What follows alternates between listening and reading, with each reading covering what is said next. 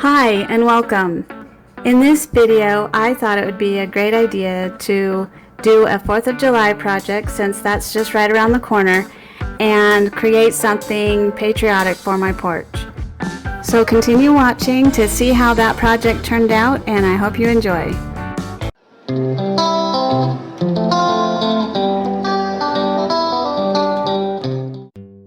The first project I have is like a yard flag type thing that you can stick on your porch. I use this huge drop cloth that I got from Harbor Freight, and it's amazing canvas to work with. So I originally got it so I can use it for like pillows or any kind of crafting, because it'll go a long ways, and it was only like I think $8. So I just measured out the length of the flag that I want that will fit my stand that I will be making later in the video, and just cutting out the first side and then the edges.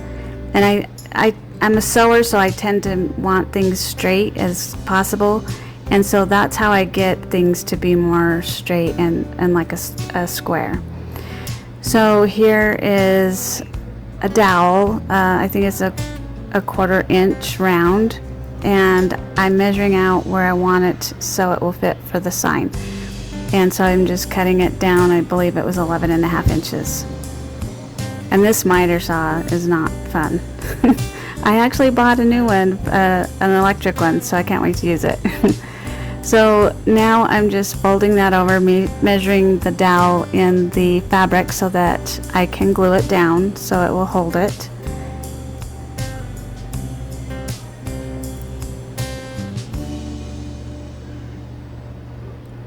And that worked perfectly, and it goes right in. Well, it did. So now I've glued that part down so I can start painting. So now I'm just using some Rust-Oleum linen white chalk paint, but you can use any white chalk paint. I'm just doing a base of it so that I can paint on it easier, and it painted really well on this canvas, but I started seeing like splotches here and there, and I thought, oh, that'll be perfect because I want this to look more rustic looking anyway. So here is my red, white, and blue, because it's going to be a flag. So I just grabbed whatever I had, and then I drew. That's another thing, the reason why you want to paint is because you can draw whatever or stencil something on it really easily with the paint on. So here I'm just doing the blue part of the corner of the flag, and this is fun because you can use it, do whatever you want on these after you've painted them. And then I just didn't want to get real close to the stars because like I said, I want it rustic, so I kind of left it white around the stars. And then I just did red, white, like the stripes on the regular flag.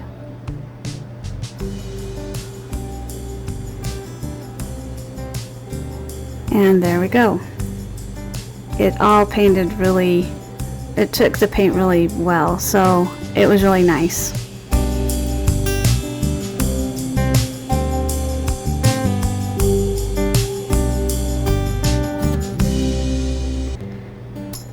So here you can see that I'm going to do the white stripes, but you can't really tell with the video because it's already white. But it wasn't the white that I was going for.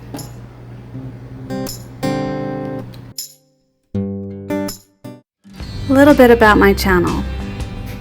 I do a lot of thrift store items turned into country and farmhouse decor for your home, as well as a few Dollar Tree crafts here and there. So if you enjoy this video, I hope you will subscribe and like my video. Please also comment below on which item you like the best, and that all helps my channel out so much. I appreciate you.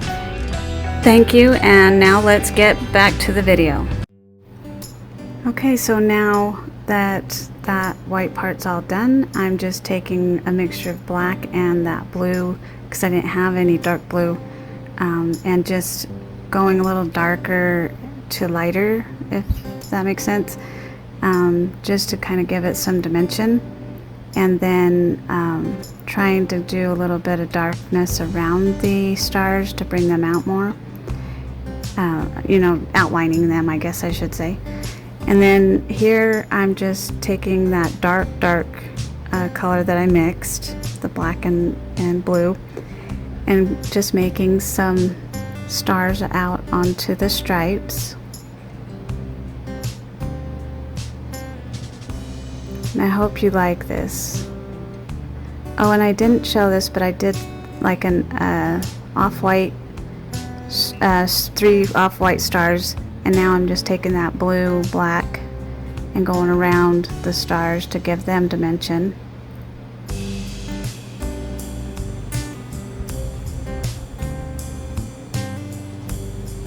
And there's those stars. So now I'm taking a dowel that I cut, and I have already glued a bead, and I'll have all of the items I've used in this video in my description below. But I glued the bead to the end and then painted the one side, and then put it through the flag, and now I'm painting the other side after having it glued on. So now you can see what I did there with the stars. I didn't like the way it was a little plain, so I made it look like they were shooting stars. And so since I'm going for a rustic look, I thought it would be best to put some antique wax on it. And so you just put where you want and then wipe it off where it's a little heavier. And I just thought, you know, in those lines would be probably a little bit darker, so I kind of played with it to make it a little bit more rustic.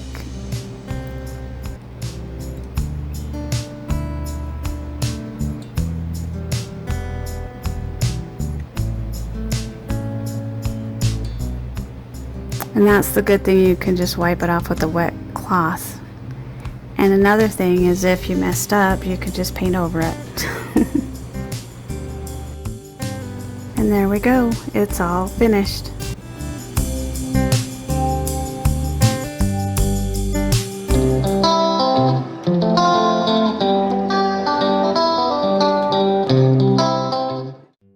So now for my next DIY, this is a vintage calendar holder that I found on the classifieds. I paid $10 for it, and I've been wanting one, and I thought this would be a good idea, a cute idea. I hope you like it.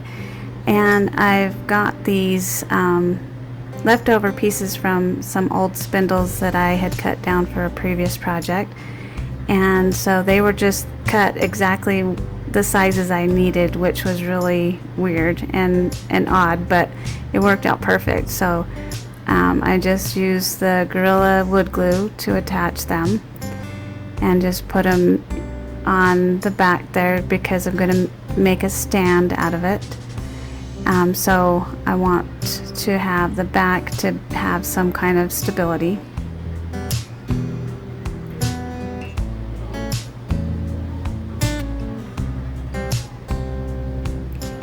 So then the smaller pieces, I'm just going to do the same thing, but I'm going to glue them the other direction, so it will make like legs for it to stand up on the back end. Of course, you want to wipe off any excess glue because that will show after painting.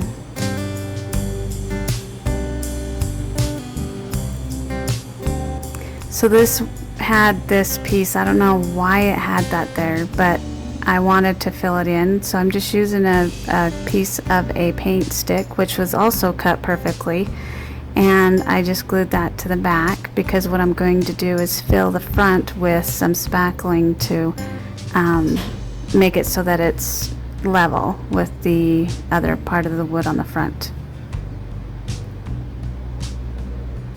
So see, here's that spackling that I'm just filling it up and getting it as even as I can.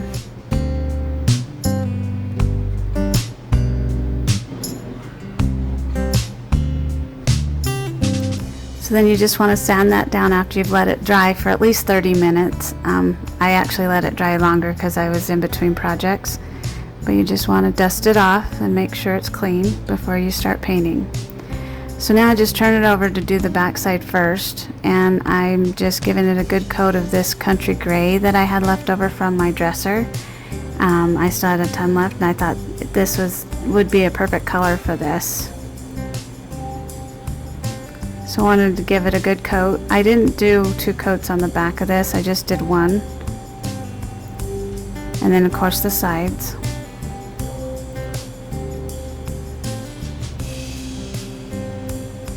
So now I flipped it over and I'm doing just the frame portion of this. I just want to outline the frame in the gray.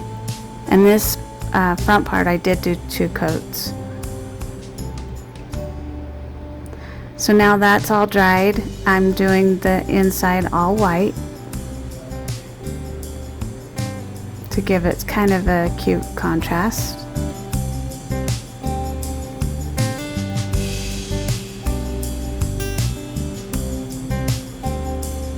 And I did give this 2 good coats. And you can't tell, I mean, it looks like I missed that part, but I didn't. I got it. See, so as you can tell, I've got it all done and dried. Now I'm just measuring where I want to put the hook so that I can hang a flag on it. And those hooks you just screw in, they're really nice from Home Depot. And then there it is.